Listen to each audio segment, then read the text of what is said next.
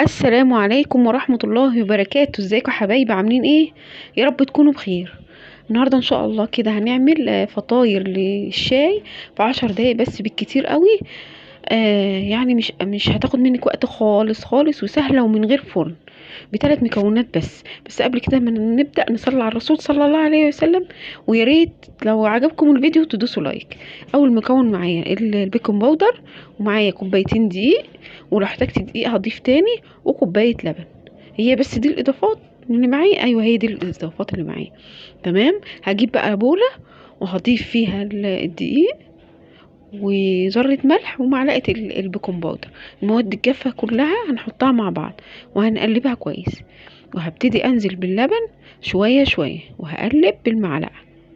الاول هستخدم المعلقة قبل ايدي. تمام. اهو هفضل بقى اقلب فيها كده. حسيت ان هي عايزة دقيق، انا بقى هبتدي استخدم ايدي، بس انا حسيت ان هي عايزة دقيق. هجيب بقى الدقيق. تمام. وهضيف شوية اللبن الأخر. هي خدت مني كوباية لبن و3 كوبايات ونص دقيق. تمام. انت هتشوفوني وانا بضيف ايه الدقيق واحدة واحدة. تمام كده. هفضل بقى ألم فيها واعجن لغاية ما تتعجن معايا والدقيق ده يختفي خالص. اهي لسه بتلزق. حسيت ان هي محتاجة دقيق تاني. زي ما قلت لكم انا خدت 3 كوبايات دقيق، 3 كوبايات ونص وايه وكوباية لبن على كوباية اللبن. خلاص.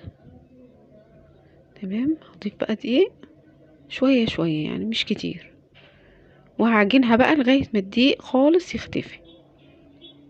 اهو نزلتها بقى على الرخامة عشان عايزاها عجينة ناعمة خالص وطرية. تمام كده. هجيب بقى كيس او اي شنطة عندك وتغطيها لمدة 10 دقايق كده تريحيها. بعد ال10 دقايق هنلاقي فيها تلزيقة بسيطة قوي. هاخدها كده وهرش دي على الرخامة وابتدي افرد فيها بالنشابة. تمام. تمام لحد كده اهو. وهوريكي دلوقتي السمك اللي انا فردته، ولا رفيع قوي ولا تخين قوي، متوسط خالص. اهو كده زي ما انتم شايفين. اهو شايفين السمك قد ايه؟ حلو جدا. تمام. هبتدي بقى اقطعها بقى مربعات ومثلثات. هقطع العجينة الزيادة دي وبعد كده اقطعها زي ما انا عايزة تاني، وهستخدمها تاني مش هرميها طبعا. جميل. اهو ابتديت بقى اقطعها بقى مربعات كده. اهو العجينة. وبعد كده بقى ابدأ بقى اخرجها من بعض واشيلها في طبق كده، عشان انا حاطه زيت على النار.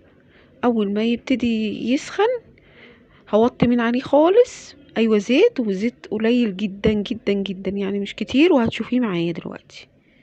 تمام. بطلعها بقى وهبتدي ايه احمرها. اهو الزيت قليل قوي، ما حصلش حتى ايه ربع الطاسه.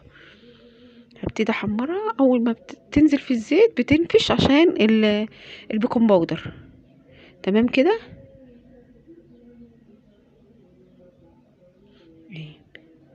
هبدأ بقى انزل العجينة واقلبها بقى، اقلبها اللون اللي تدي لون، هقلبها من تحت. هقلبها كده وافضل بقى تقلبيها بقى لغاية ما تحمر وتدي لون. تمام. يا ريت لو وصلت لغاية هنا وعجبتك الوصفة يا ريت تدوسي لايك. وصفة جميلة جدا وقد ايه هتعجبكم، هشة وطرية جدا، وهوريها لكم في الاخر لو عايزين، بس يا ريت تدوسوا اللايك. هوريها لكم دلوقتي بعد ما خلصتها. تمام. اهو شايفين ما شاء الله. اهي شايفين اتنفخت ازاي؟ جميلة جدا. خلاص بقى طلعتها من الزيت على مناديل، وهعمل بقى بقية الكمية واخلصها واوريها لكم بقى في الاخر بقت شكلها ازاي وطرية ازاي. طرية جدا وهشة وجميلة.